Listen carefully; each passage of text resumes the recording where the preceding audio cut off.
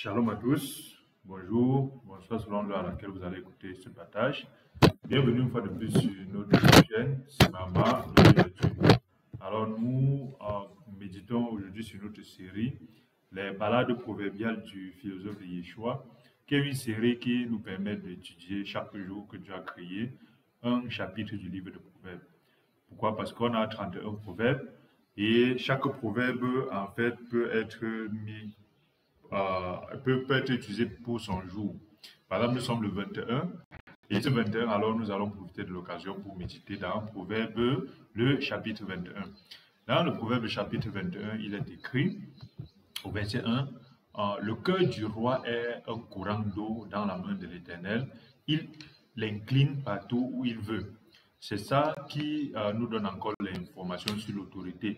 L'autorité, en réalité, est un outil dans les mains de Dieu. Et Dieu fait de cet outil-là ce qu'il veut. C'est pour ça que nous devons respecter l'autorité. Pas forcément parce que l'autorité fait bien ou mal, mais parce que c'est un outil que Dieu peut utiliser à notre faveur ou à notre défaveur. Toutes les voies de l'homme sont droites à ses yeux, mais celui qui pèse les cœurs, c'est l'Éternel. Ça revient donc au cœur du chrétien ou comme du non-chrétien. Même le non-chrétien qui est en train de faire quelque chose pense qu'il est en train de faire la bonne chose. Mais on se rend compte généralement que le résultat est totalement différent. C'est ceux qui sont externes qui peuvent voir. Et souvent, peu de personnes se rendent compte que telle chose que j'ai fait, j'ai mal fait. Et en ce moment, ils peuvent comprendre que je dois me repentir, je dois changer. Mais très peu comprennent que la prochaine fois que le même cœur va leur dire de faire quelque chose qui, selon eux, est jugé droit, ils ne vont pas douter. Ils ne vont pas dire que mon cœur peut se tromper. Dans le corps de Christ, c'est encore pire parce que nous sommes en train de méditer dans la parole de Dieu et il est très important de comprendre que pour les chrétiens, c'est encore pire. Pourquoi? Parce que les chrétiens qui pensent défendre la bonne doctrine, les chrétiens qui pensent qu'ils connaissent Dieu, les autres ne connaissent pas, ils sont en ce moment en train de faire ce qui, selon leurs yeux, c'est droit. Mais celui qui pèse le cœur, c'est l'Éternel. C'est pourquoi on peut voir comment les gens sont venus devant Dieu en pensant qu'ils servaient bien Dieu, mais on s'est rendu compte que les prostituées étaient encore mieux que ces personnes-là. On s'est rendu compte que ces personnes-là, en fait, étaient pires que les prostituées. C'est pour ça que Jésus-Christ a été très, très amer avec ce type de comportement-là, parce que justement, beaucoup de personnes cheminent dans les choses de Dieu sans toujours être en train de se poser la question, est-ce qu'à la fin, ce n'est pas Dieu qui sait, qui connaît la vérité? Donc, lorsqu'on regarde le verset 3, il dit, la pratique de la justice et de l'équité, voilà ce que l'Éternel préfère au sacrifice. Ça revient à la parole qu'il a dit à travers Samuel à Saül. Il a dit l'obéissance vaut mieux que les sacrifices. Et c'est quelque chose de tellement profond. Ce n'est pas une connaissance ecclésiastique qu'on parle le dimanche ou qu'on parle entre les frères pour se sentir spirituel. C'est qu'un enfant qui désobéit à ses parents pour aller leur acheter la voiture, leur construire la maison et leur faire voyager, c'est quelque chose il fait des sacrifices sans l'obéissance. Un mari qui ne gère pas sa famille, comme l'Éternel l'a dit, même s'il fait des choses du genre, il donne tout ce qu'on veut, mais il ne fait pas ce que les gens veulent, c'est quelque chose qui est mauvais. Une femme aussi qui méprise son mari et qui fait tout ce qui est bien aux yeux de tout le monde, aux yeux de l'Église, n'est pas bien. En fait, toute personne qui ne fait pas ce qui est de l'obéissance, mais qui fait des sacrifices. Nous voyons autour de nous beaucoup de personnes qui souffrent, qui se sacrifient, qui s'époumonent pour faire des choses qui sont totalement opposées à l'obéissance. Pourquoi? Parce qu'on les a dit, va à gauche, ils partent à droite, ils arrivent à droite, ils se sacrifient, ils prient, ils jeûnent, ainsi de suite. En tout cas, nous tous, devant Dieu, nous devons faire attention à l'obéissance. L'obéissance, ce n'est pas forcément seulement dire oui, oui, oui, mais l'obéissance, c'est dire est-ce que je suis sur la droite ligne que l'autorité qui est au-dessus de moi? Est-ce que je suis en train de faire ce qu'on a défini que je fasse ou je suis en train de faire ce que moi-même je pense être bien? C'est très important. Pourquoi? Parce que souvent, ce qu'on pense être bien, ça revient à ce qu'on a déjà dit. Ça semble être droit aux yeux de l'homme, mais le fond, ce n'est pas forcément ça. C'est pour ça que les résultats généralement ne suivent pas. C'est pour ça dans le corps de Christ, les résultats ne suivent pas sur beaucoup de choses, c'est pas parce qu'il n'y a pas de prophétie, c'est pas parce qu'il n'y a pas d'enseignement, c'est pas parce qu'il n'y a pas d'exhortation. C'est juste que au lieu d'obéir, les gens veulent faire les sacrifices spirituels. Au lieu d'obéir, les gens veulent faire les sacrifices versologiques. Au lieu d'obéir, les gens veulent faire les sacrifices ecclésiastiques. Au lieu d'obéir, les gens veulent faire les sacrifices évangéliques.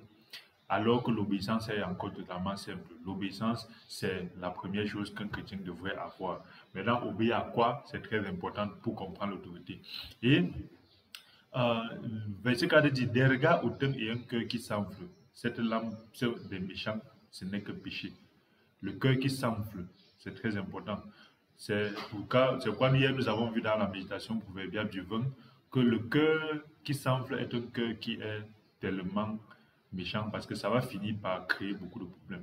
Verset 5, les projets de l'homme diligent ne mènent qu'à l'abondance, mais celui qui agit avec précipitation n'arrive qu'à la disette. C'est très important pour un homme d'avoir des projets et d'être diligent. Être diligent veut dire que rapide dans l'exécution de la tâche, être actif. C'est pour ça, dans notre assemblée, Dieu nous a donné cette année que c'est l'année de l'action. Il faut bouger. Dès qu'on a quelque chose, il faut bouger. Que Dieu nous aide à être des chrétiens actifs et non des chrétiens qui s'asseyent, ils lisent la Bible, ils prient et ils attendent que Dieu envoie les anges du ciel pour faire. Dieu dit dans le verset 6, les trésors acquis par une langue mensongère sont une vanité fugitive et l'avant-coureur de la mort. Donc, si tu utilises le mensonge ou le mal, la méchanceté pour obtenir des trésors, c'est une vanité qui va fuir. Fugitive, ça veut dire qu'il va fuir. Et l'avant-coureur de la mort, ça veut dire que ça, en fait, ce sont des choses qui viennent, la mort est derrière. Quand on dit l'avant-coureur, c'est celui qui court avant. Donc, utiliser la méchanceté pour obtenir un bien, tu es comme ça en train de courir. Les biens là sont comme ça d'être des signes précurseurs de la mort. La violence des méchants les emporte parce qu'ils refusent de faire ce qui est juste. La violence des méchants les emporte parce qu'ils refusent de faire ce qui est juste. Le coupable suit des voies détournées, mais l'innocent agit avec droiture. C'est pour ça que dans le corps de Christ, c'est important d'agir avec droiture. Si tu agis avec droiture, beaucoup de personnes vont te taxer d'être que tu n'es pas droit. Quand tu agis avec droiture, souvent c'est des personnes insoupçonnées qui vont te juger et qui vont te dire que tu es méchant, que tu es mauvais. Mais le plus important, c'est que le chrétien, la première base après être né de nouveau, c'est d'apprendre à vivre pour Dieu et par Dieu et non vivre pour les hommes et par les hommes. Et c'est très difficile. Pourquoi? Parce qu'on passe le temps à être habitué au jugement des autres. C'est pour ça que c'est très important. Et mieux vaut habiter à l'angle d'un toit que de partager la demeure d'une femme querelleuse. Voilà ce que dans le corps de Christ, on n'a pas prêché. On ne prêche pas des choses comme ça dans le corps de Christ. C'est pourquoi dans le corps de Christ, on se trouve en train d'avoir les mots M-A-U-X qui sont pires que dans le monde. Pourquoi? Parce que les femmes querelleuses sont venues à Christ, mais elles ne se sont pas repenties. Les femmes querelleuses sont venues en Christ et elles ont gardé leur mauvaise mentalité, leur sale mentalité pour dire plutôt que, en fait, c'est le Saint-Esprit qui les a donné la capacité d'être libre de dire aussi ce qu'elles veulent. C'est pourquoi quand tu vas lui dire tais-toi, elle va te dire qu'elle ne peut pas se taire parce qu'on est au 21e siècle, on n'est plus dans l'ancien temps, elle est aussi Dieu, le Saint-Esprit est aussi en elle. C'est pour ça qu'on se retrouve dans le corps de Christ avec des filles et des femmes querelleuses. Et qu'est-ce qu'on dit? On dit mieux vaut habiter à l'angle d'un toit. Pourquoi? Parce que naturellement, qu'est-ce qu'on fait d'une femme querelleuse? On s'éloigne. Et quand on s'éloigne, qu'est-ce qui arrive? On commence à trouver des moyens pour dire que Dieu a monté. On tourne des versets qu'on va tourner, alors qu'en réalité, le seul problème, c'est quoi? C'est de laisser les sacrifices qu'on fait devant les dieux, devant les hommes, pour pouvoir être juste dans l'obéissance, comme on a vu précédemment. À un moment donné, certains problèmes de couple se résolvent lorsque on arrive à cesser les querelles. Parce qu'une personne ne peut pas se quereller. Ce qu'on oublie d'enseigner dans le corps de Christ, c'est qu'une personne ne peut pas se quereller. Pour se quereller, il faut deux personnes. Or, dans ces deux personnes-là, ils sont pas égaux. Il y a forcément quelqu'un qui est au-dessus, quelqu'un qui est en dessous. Ça veut dire que si tu sais que tu es au-dessus, celui qui est en dessous doit se taire. Si tu sais que tu es au-dessus, si c'est l'autre qui est au-dessus, toi, tu dois te taire. Ce principe-là fait qu'une personne seule ne peut pas se quereller parce qu'il va bavarder, laisser. Il va bavarder. Parce que la parole de Dieu dit toujours que lorsqu'on ne met pas le bois au feu, le feu s'éteint. Mais dans le corps de Christ, on sait bien allumer le feu. On met le bois, on cherche les frères, on cherche les sœurs, on vient mettre pour qu'ils allument encore le feu. Après, ça devient que Satan est fort, on détruit les mariages. C'est très important. L'âme du méchant désire le mal. Son ami ne trouve pas grâce à ses yeux. Verset 11. Quand on châtie le moqueur, le sot devient sage. Et quand on instruit le sage, il accueille la science. Vous voyez que le problème n'est pas la connaissance. Le problème n'a jamais été la connaissance. Le problème, c'est qu'est-ce que les uns et les autres font de la connaissance. La preuve, la parole de Dieu est là, la Bible est là, ça a toutes les connaissances du monde. Mais pourquoi au quotidien, les chrétiens, au lieu de lire la Bible, au lieu de méditer sur la Bible, créent des doctrines. Et après, dans ces doctrines-là, on ne peut pas leur dire que ce que vous faites n'est pas bien, parce qu'ils veulent que quand tu vois un moqueur et un sot, tu dis Amen, Amen, Amen, pour garder les liens de la paix, parce qu'il faut être en paix, pour ne pas se disputer. C'est très important de te méfier et d'être sage devant Dieu. Verset 12. Le juste considère la maison du méchant. L'Éternel précipite le méchant dans le malheur. Ne soyons pas méchants. Celui qui ferme son oreille au cri du pauvre criera lui-même et n'aura point de réponse. C'est pour ça que c'est très important d'écouter le Saint-Esprit.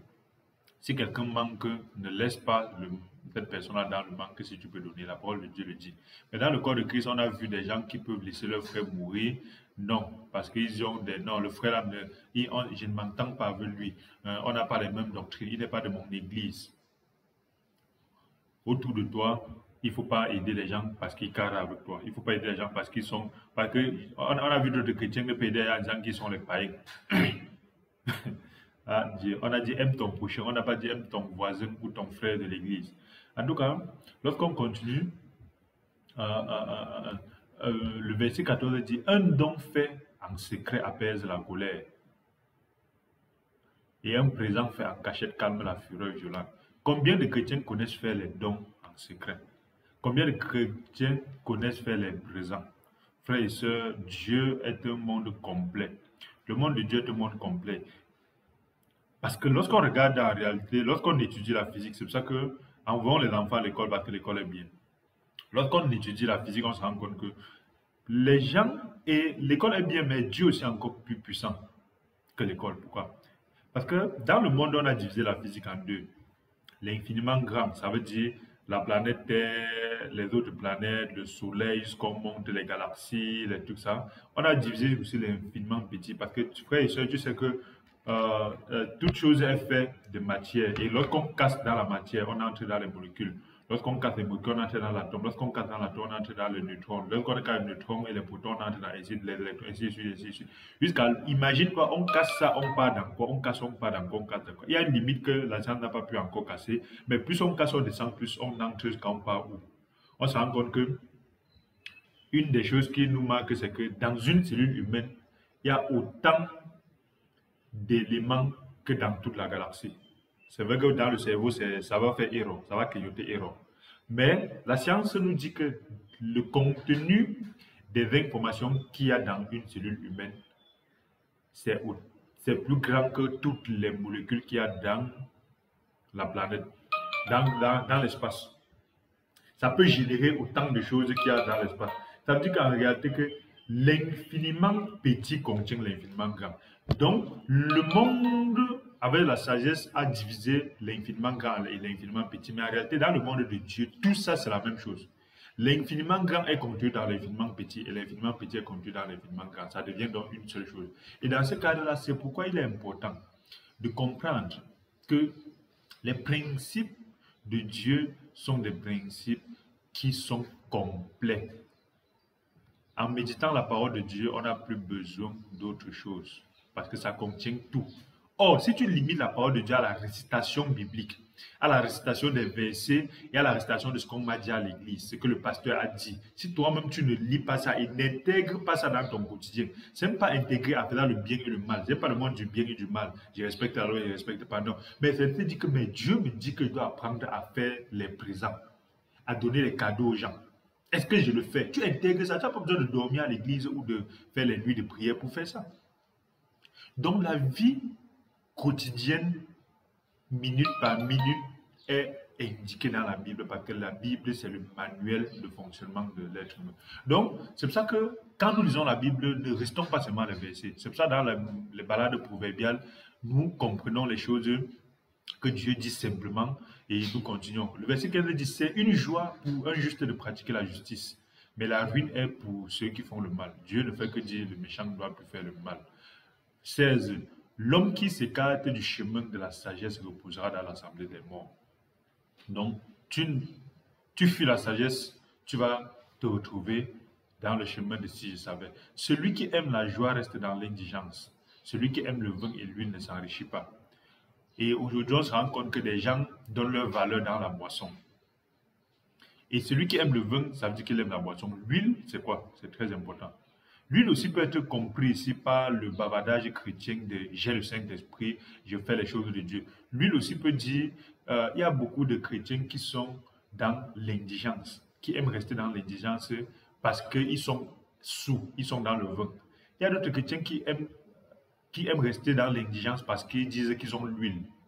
Ils ont l'huile du prophète. Ça veut dire qu'ils sont paresseux parce que justement, ils justifient ça parce que quoi? Je suis en train de faire l'œuvre de Dieu, une œuvre spirituelle qui m'empêche et qui ne me laisse pas le temps d'aller travailler. Et c'est pour ça qu'ils se retrouvent donc en train de changer et tordre le sens de la Bible pour compléter le fait qu'ils sont indigents et il faut que régler. Non. Et certes, nous devons faire l'œuvre de Dieu. Certes, nous devons nous appliquer à l'œuvre de Dieu. C'est la seule chose qui importe. Mais Dieu, quand il nous parle, nous devons aussi écouter. Le méchant sert des rançons pour le juste et le perfide pour les hommes droits. Dieu nous dit tout, faisons attention, ne soyons pas méchants. Mieux vaut habiter dans une terre déserte qu'avec une femme querelleuse et irritable. Les choses qu'on ne lit jamais dans la Bible. Parce que si tu lis ça aujourd'hui, voilà dans le Proverbe 21, ça parle de ça 2 fois. La dernière fois que nous avons étudié, la dernière fois, frères et sœurs, que tu as étudié dans la Bible un thème où on a prêché que la femme ne doit pas sortir sa bouche, ni se quereller. La dernière fois, c'était quand que tu as écouté ça dans ton église, dans ton assemblée? C'était quand? Parce qu'il y a des sujets qu'on a peur de parler, parce qu'on va dire qu'on accuse les autres. Il y a des gens qui nous ont dit que parler du mariage dans le sens de chacun doit rester à sa place, c'est être macho. C'est pourquoi ne pas être macho et être spirituel, c'est accepter que la femme est l'égale de l'homme ou que la femme est libre comme elle veut et l'homme aussi doit venir aussi dire que non, moi aussi je suis méchant comme toi, c'est pour ça qu'on va équilibrer ainsi de suite. Sinon tu es macho. Mais la Bible est donc macho parce que dans un même proverbe, ça dit 2 fois. On a d'abord dit mieux vaut habiter à l'angle du toit de la maison que d'être avec une femme querelleuse. Ça veut dire que quoi? Il y a une phase de mariage où la femme querelleuse te pousse à l'angle de la maison. À ce moment, on va dire que Dieu va travailler. Nous sommes égaux. Il faut que l'autre vienne aussi accepter tes fautes. Il faut qu'ainsi de suite. Toi, tu es à l'angle de la maison. Vous pensez qu'à l'angle de la maison, qu'est-ce qu'on fait? On médite ou on va partir. Vous pensez qu'à l'angle de la maison, on fait comment? On écoute. Est-ce qu'elle s'est tue pour que je rentre à la maison ou pas? À l'angle de la maison, qu'est-ce qu'on fait? On médite. Dieu, aide-moi parce que je ne peux plus vivre dans cet enfer-là. Mais qu'est-ce qui se passe? C'est qu'il y a ceux qui se repentent à l'angle de la maison et ils comprennent justement que les bruits ont cessé. Pourquoi? Parce que la femme s'est repentie, elle ne fait plus les querelles pour rien et ils rentrent dans la maison. Parce que celle-là, c'est même les femmes païennes sont encore plus sages que les femmes chrétiennes. Pourquoi? Parce que celle-là peut se dire que, je me suis marié, le gars c'était dans la maison, il était dans la chambre. Pourquoi c'est maintenant à l'angle de la maison qu'il habite? Ça veut dire que j'ai fait quelque chose de mal, il faut que j'arrête, sinon le gars va partir. Mais comme dans le corps de Christ, on les a appris que quoi? Vous êtes marié, c'est uni pour tous, tu fais tout, Dieu est de ton côté, tu vas prier, ça va aller, tu vas jeûner, ça va aller, tu vas pleurer ou tu vas accuser les gens, tu vas dire que c'est Satan et ainsi de suite. C'est pour ça qu'elles peuvent continuer toujours les mauvais comportements, les comportements de querelleuses, parce qu'elles savent que non, j'ai déjà. Le problème, c'est que dans le verset 19, on se rend compte que mieux encore habiter dans les terres désertes. Ça veut dire que la personne a préféré aller dans le désert. Première étape dans la querelle, la femme querelleuse te pousse à l'angle de la maison. Deuxième étape, tu arrives là-bas. Si elle ne se repent pas, tu pars une fois au désert. Pourquoi? Parce que tout homme sait bien qu'il est mieux de vivre seul que de vivre avec une femme querelleuse. Mais dans le corps de Christ, on va trouver des justifications bibliques pour les faire croire qu'elles peuvent continuer, tu vas tout rester à l'angle de la maison. Non. C'est pour ça qu'on finit par les laisser à la maison, on part, après on commence à dire hein, l'homme est méchant, hein, il abandonne les gens. Non, aucun homme n'accouche un enfant pour abandonner, aucun homme ne reste à une femme pour l'abandonner. Mais pourquoi les hommes abandonnent tout ça? C'est parce qu'à un moment donné, les gens n'ont pas compris que la paix est plus importante que d'avoir toutes ces choses-là. Et les gens ont cru qu'ils avaient déjà des choses, c'était acquis. Ou que, comme on va venir dire que nous sommes égaux. Toi aussi, nous sommes égaux. La parole de Dieu nous dit que le gars qui est quitté de la querelle, il est allé habiter au coin de la maison là. La querelle a augmenté, il est allé habiter au désert. Verset 19, mieux vaut habiter dans une terre déserte qu'avec une femme querelleuse et irritable. Une femme doit être peut-être, d'autres femmes sont irritables 5, 3, 4 jours par mois. Parce qu'elles font des sacrifices de leur corps à mère terre, avec le cycle lunaire. Mais si une femme est irritable chaque fois, première phase, on va habiter à l'angle de la maison. Deuxième phase, on va préférer habiter au désert que d'habiter au jardin. Allez chercher les versets bibliques pour justifier. On va voir que la réalité sur le terrain, c'est différent. Verset 20. Des précieux trésors et d'huile sont dans la demeure du sage, mais l'homme insensé les engloutit. On a vu tout à l'heure que le paresseux ne travaille pas à cause du vin parce qu'il entreprend le pot, il entreprend il entreprend les bières. C'est normal de prendre le pot de jonc, de tec les bières. Jésus-Christ lui m'a dit, quand ils ont pris la séparante, il a dit, nous buvons la séparante ici, la dernière bière, coupons la dernière ici, on va encore continuer à couper nos bières au ciel. Mais il ne passait pas le temps à boire. On n'a pas dit que le vin est mauvais, mais on a dit que l'excès de vin est mauvais, ou passer le temps dans le vin est mauvais. Parce que la parole de Dieu dit que ça perle, et c'est comme, ça perle bien dans le verre, mais après ça pique comme l'aspic. Donc, en réalité, on se retrouve donc, il y a ceux qui sont paresseux à cause du vin, il y a ceux qui sont paresseux parce qu'ils disent qu'ils font l'œuvre de Dieu. C'est ça l'huile. Mais on dit aussi que le riche doit toujours avoir l'huile. Être chrétien, avoir le Saint-Esprit. Mais ça ne retire rien au fait qu'il doit toujours et toujours être dans le... Il ne doit pas être dans l'indigence. Si c'est Dieu qui t'a mis dedans, amen. Mais si c'est toi-même qui t'arrange à trouver les versets pour justifier ta paresse, c'est que c'est un problème. Pourquoi? Parce que quand ton voisin va venir demander l'aide, tu ne vas pas pouvoir l'aider parce que toi tu ne t'aides pas. Et ça ne va pas faire l'œuvre de Dieu. Parce que Dieu a dit aime ton bouchon comme toi-même. Celui qui poursuit la justice et la bonté trouve la vie, la justice et la gloire. Poursuivons la justice et la bonté et ne soyons pas méchants. Le sage monte dans les villes des héros et il abat la force qui lui donnait de l'assurance. Donc le sage monte dans la ville et il fait la guerre. On a vu Abraham aller dans la ville pour faire la guerre, pour prendre son frère. Donc c'est très important de savoir que le chrétien n'est pas un faiblard ou un fuyard. Si Dieu t'envoie faire, il faut aller faire. Parce qu'aujourd'hui, on a des paresseux chrétiens qui sont arrivés au niveau où ils prétendent qu'ils vont s'asseoir, chier sur eux, sous peut-être que Dieu a dit que non, il ne faut rien faire d'autre, ainsi de suite. En tout cas, lorsqu'on continue, on dit, verset 23, celui qui veille sur sa bouche et sur sa langue préserve son âme des angoisses. C'est valable pour l'homme comme pour la femme. Mais quand on lit ça, on sait, frères et sœurs, il y a souvent certaines choses que, même si tu veux parler, ne parle pas. Pose la question, Dieu, est-ce qu'en parlant ça, ça va arranger ou pas? Veillons sur nos bouches, pardon. Souvent, ce n'est pas toute chose vraie qu'on dit. Ce n'est pas toute chose logique qu'on dit.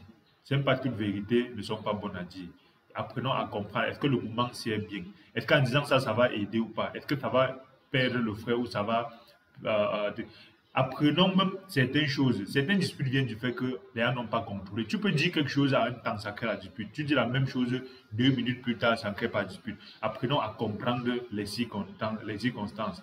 Parce que veiller sur notre bouche, ça préserve notre âme des angoisses. L'orgueilleux, le hautain s'appelle un moqueur. Il agit avec fureur et l'arrogance. Les désirs du paresseux le tuent parce que ses mains refusent de travailler. Aujourd'hui, nous ne parlons pas des paresseux qui sont lourds. Nous parlons des paresseux chrétiennement justifiés. Dans le corps de Christ, beaucoup de personnes sont devenues des paresseux au point où Jésus-Christ nourrissait 5000 personnes. Combien de chrétiens sont capables de nourrir 5000 personnes alors que Jésus-Christ a dit que vous allez faire plus que nous? Vous voyez, ils vont trouver des mécanismes bibliques pour justifier que non, c'était avant, c'est pas possible, et ainsi de suite. Jésus-Christ était charpentier. C'est pour ça, quand il commence au ministère, on peut dire, ce n'est pas le fils du charpentier là-bas. Et avant, il n'y avait pas de possibilité qu'un enfant ne puisse pas faire l'œuvre de son père. Il n'y avait pas. Aujourd'hui, comme aujourd'hui, le père fait telle chose, l'enfant est à la maison. Non, il n'y a pas. Même l'école où il n'y a pas. C'est-à-dire que si ton père était cultivateur, toi aussi tu étais cultivateur. C'est pour ça que dans la Bible, on peut voir que toute personne qui était quelque chose de son fils, c'était ça. C'est pour ça qu'on peut même dire que le père, dans Luc 16, Luc 15, le fils prodige, on peut voir que les deux fils multipliaient le bien comme leur père. On peut voir tout ça dans la parole de Dieu. Donc Jésus-Christ faisait l'œuvre de son Fils. Et il n'a pas dit que comme je suis fils de Dieu, je dois aller me concentrer seulement sur les choses du Saint-Esprit. Donc, lorsqu'on continue, le verset 26 dit, tout le jour il éprouve ses désirs, mais le juste donne sans parcimonie, sans être dur. Verset 27, le sacrifice des méchants est quelque chose d'abominable. Combien plus quand ils offrent des pensées criminelles, avec des pensées criminelles. Quelqu'un qui te donne quelque chose avec un autre cœur derrière. Verset 28, le témoin menteur périra, mais l'homme qui écoute parlera toujours. C'est très important d'écouter. C'est aussi très important de ne pas être méchant, de ne pas mentir. Ce n'est pas une... Vous voyez que ici, la parole de Dieu dans nos méditations matinales, nous comprenons que ce n'est plus une histoire de loi. Fais ça, tu vas vivre. Ne fais pas. Non. C'est comme si c'est des exhortations. Je crois que la parole de Dieu, ce qu'on appelle la Torah. La Torah, c'est un ensemble de... Comment on peut dire ça? Imagine ça dans ton patois. La Torah, en fait, n'est pas seulement la loi. La Torah, c'est un ensemble de conseils, d'interdits, de conseils du genre que tu fais, ça va cuire sur toi. De conseils que si tu fais, ça ne va pas cuire sur toi, mais c'est pas bien. C'est un ensemble de sagesse. Donc, la Torah, parce que traditionnellement dans la parole de Dieu, les gens ont cru que la parole de Dieu c'est juste vague. Non, la parole de Dieu c'est un ensemble de mélange d'interdits, de conseils, de précautions, d'indications, d'orientation. Donc ce n'est pas seulement fais, tu vas aller au ciel, ne fais pas, tu vas aller en enfer. Non, ça c'est pas la parole de Dieu. Donc, c'est très important de comprendre donc ça. Et le verset 29 dit, le méchant prend un air effronté, mais l'homme doit affermir sa voix. Affermir sa voix, c'est très important parce que lorsque tu affermis ta voix, tu es seul. Les gens vont te dire que la voix là n'est pas bonne, mais affermis-la. Parce que la parole de Dieu dit, affermis-toi. Verset 30, il n'y a ni sagesse, ni intelligence, ni conseil en face de l'Éternel. Dieu est la sagesse, Dieu est l'intelligence, Dieu est le conseil. Alors en face de lui, si tu es en face de lui, prends-le directement. Et lui, il est sa parole. Et sa parole te donne la sagesse, l'intelligence et le conseil.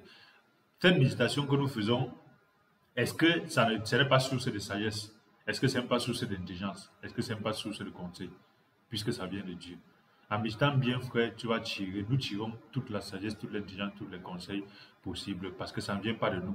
Verset 31. Le cheval est équipé pour le jour de la bataille, mais la délivrance appartient à l'Éternel. Tu peux être intelligent n'importe comment, mais le succès dépend de Dieu. Tu peux être riche n'importe comment, le succès dépend de Dieu. Tu peux être n'importe quoi, équipé. Ne passe pas le temps à t'occuper seulement, passe le temps à aussi te connecter à Dieu parce que c'est lui qui donne la délivrance. Merci d'avoir écouté cette balade proverbiale. Merci de méditer aussi une fois de plus encore, chacun à la maison, parce que une fois de plus, ces balades proverbiales nous permettent de méditer un chapitre du livre de Proverbes par jour. Merci, rendez-vous demain, Dieu voulant. Si cette vidéo vous a béni, n'oubliez pas de vous abonner et de cliquer sur la cloche de notification.